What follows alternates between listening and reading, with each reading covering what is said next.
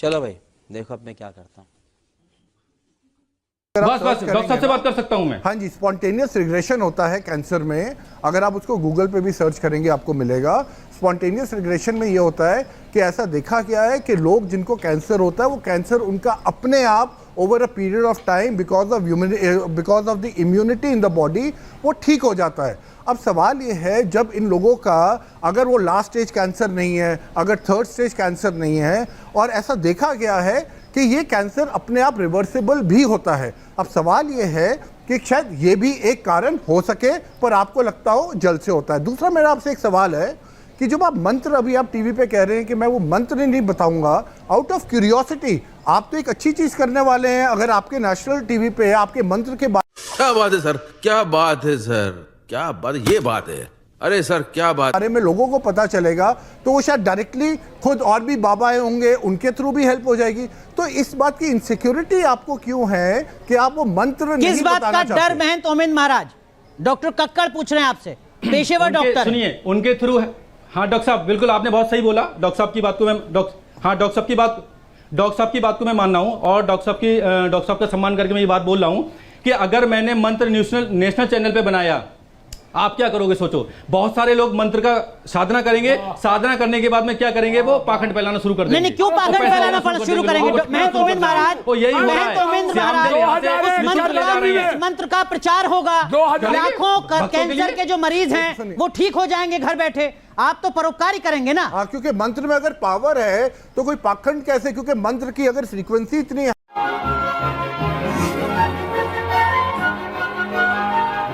High है और वहां से अगर लोग हील होंगे, क्योंकि आप खुद कह रहे हैं कि आप तो नहीं करते, पावर है, लोग आ रहे हैं, ठीक हो रहे हैं, क्या दिक्कत क्या आ रही है? अरे तो महाराज जी आप नहीं चाहते, आप नहीं चाहते कि केरल में जो कैंसर का मरीज है वो ठीक हो जाए, उड़ीसा का जो कैंसर मरीज है वो ठीक हो जाए, गुजरात से किसी कैंसर के पीड़ित को ना आना पड़े आपके धाम में, वो वहीं ठीक हो जाए। आप अपने उस चमत्कारिक मंत्र को सार्वजनिक कर दीजिए एक बार। मेरी बात सुनिए, ये जो महाराज जी 9 लाख लोगों की जिंदगी बचाइए सर, मंत्र को सार्वजनिक कीजिए।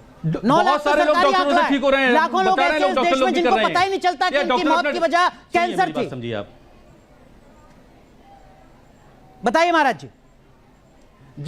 जिसको भगवान पे भरोसा हो वो मनौना धाम आए, जिनको पाखंड नजर आए वो बिल्कुल भी मनौना धाम ना आए। एक बार भी किसी को मैं बुलाने की बात नहीं कर रहा हूं। मेरी आर्थिक स्थिति नहीं है कि मैं आपके आश्रम तक पहुंच सकूं। मैं दूर दराज के इलाके में रहता हूं, मैं नहीं आ सकता आपके आश्रम में। अगर आप मुझे चमत्कारिक मंत्र बताएंगे तो मैं घर पर अपना इलाज करा लूंगा। हर व्यक्ति आ रहा है, हर आपका यही पाखंड है। महाराज जी आपका बहुत सम्मान है, आप मुझे 2 मिनट बोलने दीजिएगा, क्योंकि बीच में इंटरप्शन से बात नहीं जाती है दर्शकों तक।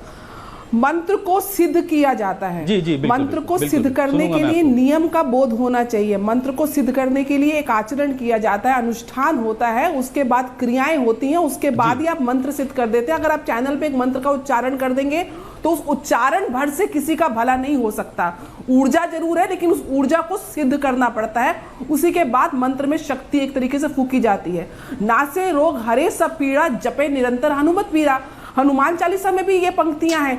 तो ऐसा नहीं है कि मंत्रों का प्रभाव नहीं है, मंत्रों को सिद्ध नहीं किया जा सकता और उसमें शक्ति नहीं है।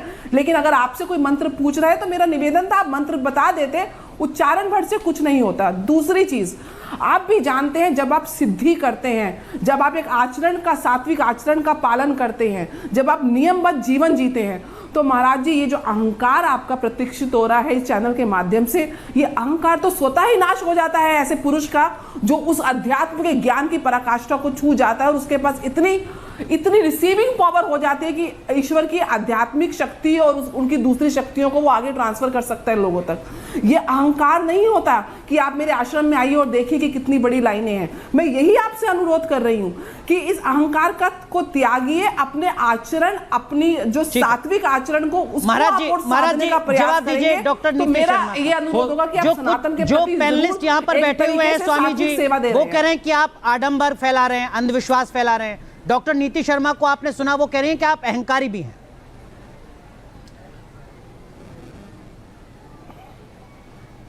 हाँ, लोगों को लगता है मैं अहंकारी हूं। आपको नीति जी, आपको नहीं लगता? लोगों को, बहुत सारे लोगों को लगता है कि मैं अहंकारी हूं, घमंडी हूं, ऐसा हूं, वैसा हूं। जिसकी जैसी राय वो बना सकता है, वो स्वतंत्र है। उसको हम बाध्य नहीं कर सकते कि आप मेरे बारे में अच्छी राय बनाएं। आपको जो राय मेरे बारे में बनानी है आप बना लीजिए, ठीक है, लेकिन मैं मंत्र नहीं बताऊंगा। सामने वाले के हिसाब से मैं नहीं चलूंगा। लेकिन मैं मंत्र नहीं बताऊंगा। सामने वाला जो बोलेगा वो मैं नहीं करूंगा। लेकिन मेरे चमत्कार का जो दावा है उसका आधार में साझा नहीं करूंगा। किसी ने साधना की है, आपके बारे में राय नहीं बना आपको कैसे प्रूफ? मेरी बात समझिए, आप आपको कैसे प्रूफ होगा? आप सनातन का प्रचार कर रहे हैं। मेरे साथ दो धर्माचार्य हैं यहाँ पर। अगर आप मंत्र गलत बताएंगे तो वो धर्माचार्य तुरंत करेक्ट करेंगे। हो रहा है। सवाल तो ये खड़ा हो रहा है कि आपको मंत्र पता भी है या नहीं। अब सवाल ये खड़ा हो रहा है महाराज जी कि आपको कोई मंत्र पता है भी या नहीं। इसलिए मैं आपसे पूछ रहा हूँ, सवाल ये खड़ा हो रहा है कि आप कोई मंत्र उच्चारण कर भी पाते हैं या नहीं। इसलिए मैं आपसे कह रहा हूँ अब आपकी साख 12 साल तपस्या यहाँ पर सवाल खड़ा कर रहे हैं। 12 साल तपस्या